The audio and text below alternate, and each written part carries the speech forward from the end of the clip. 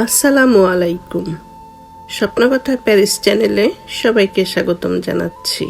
একঘেয়েমি চিকেনের স্বাদ বদলাতে আজ নিয়ে এসেছি চিকেন মহারানি। নামটা যেমন মহারানি, খেতে কিন্তু তেমনই দুর্দান্ত স্বাদ। তো এই চিকেন মহারানি করার জন্য আমি নিয়ে নিলাম কিছু মুরগির রান। মুরগির যে কোনো অংশ দিয়ে করতে পারেন অথবা পুরো মুরগিটা দিয়েই করতে পারেন। তো প্রথমেই দিয়ে দিলাম 3 টেবিল চামচ টক দই।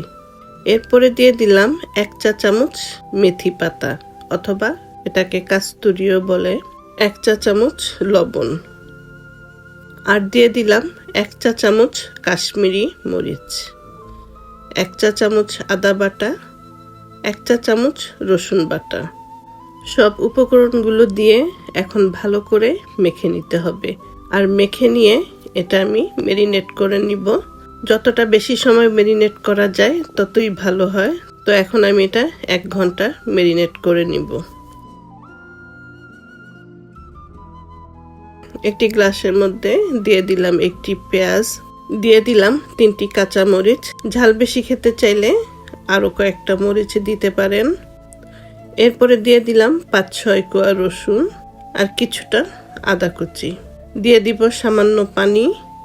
এরপরে এটা আমি পেস্ট করে নিব। তো এই মিশ্রণটা আমার পেস্ট হয়ে গেছে। এরপরে চুলায় একটি পাত্র বসিয়ে দিয়ে দিব রান্নার তেল। তেলটা গরম হলেই দিয়ে দিলাম অর্ধেকটা পেঁয়াজ কুচি। আর পেঁয়াজটা নরম হয়ে আসলে, কালারটা চেঞ্জ হলে এর মধ্যে দিয়ে দিব যেই মশলাটা পেস্ট করে রেখেছিলাম সেই মশলাটা।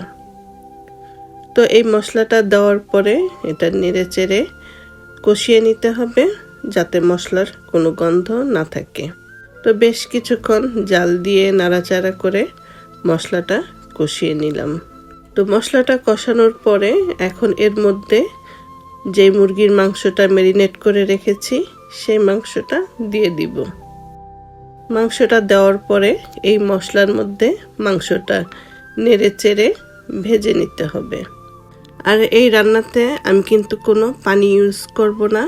এই মাংস থেকে যেই পানিটা বের হবে এই পানিতেই রান্নাটা করে নিব। তো মাংসটা হতে থাক, ততক্ষণে আমি চুলায় অন্য আরেকটি ফ্রাই প্যান বসিয়ে এর মধ্যে দিয়ে দিব 1 চা চামচ আস্ত ধনে, 1 চা চামচ আস্ত জিরে এবং 1 চা চামচ গুয়ামুড়ি অথবা মৌরি। তো এটা আমি ভেজে নিব। ভেজে নিয়ে এটা আমি গুঁড়ো করে নিব। গুঁড়ো করে এই মাংসের মধ্যে অর্ধেকটা মশলা দিয়ে দিব আর বাকি অর্ধেকটা রেখে দিলাম। তো এই মশলাটা দিয়ে আবার নেড়ে চেড়ে মিশিয়ে রান্না করব। আর এই মশলাটা যাতে প্রতিটা মাংসের গায়ে লাগে, তো এজন্য ভালো করে নাড়াচাড়া দিয়ে মিশিয়ে দিতে হবে।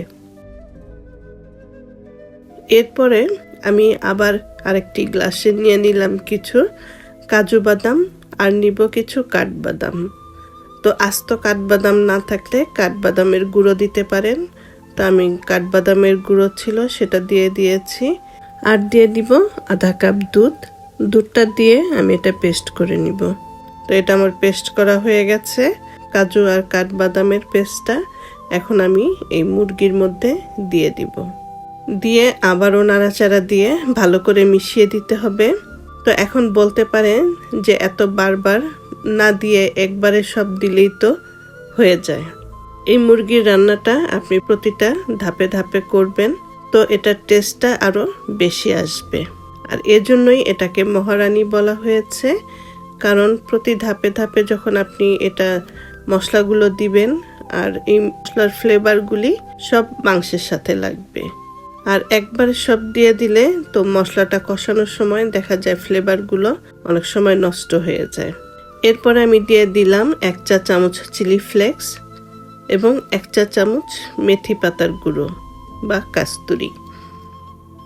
তো এটা দেওয়ার পরে আর দিয়ে দিব বাকি যেই মশলা গুঁড়োটা ছিল সেই মশলার গুঁড়োটা।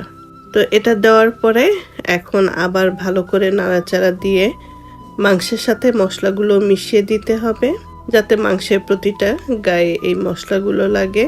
আর এই প্রতি ধাপে ধাপে মশলা দেওয়ার জন্য এই মুরগির টেস্টটা দ্বিগুণ বেড়ে যাবে। তো এখন ঢাকনা দিয়ে ঢেকে দিব, 5 মিনিটে ঢেকে রান্না করব। তো দেখতে পাচ্ছেন এখন এই মুরগির মাংসটা কত সুন্দর কালার হয়েছে আর মাংসগুলো সিদ্ধ হয়ে গেছে।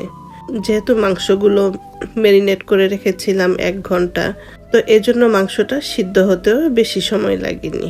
তো এখন চুলাটা অফ করে দিব এবং অফ করে দিয়ে আমি এই মাংসটা পরিবেশন করে দেখাচ্ছি। আর আশা করছি আজকের এই চিকেন মহারানি আপনাদের ভালো লাগবে। আর ভালো লাগলে অবশ্যই স্বপ্নকথা প্যারিস চ্যানেলের সাথে থাকবেন।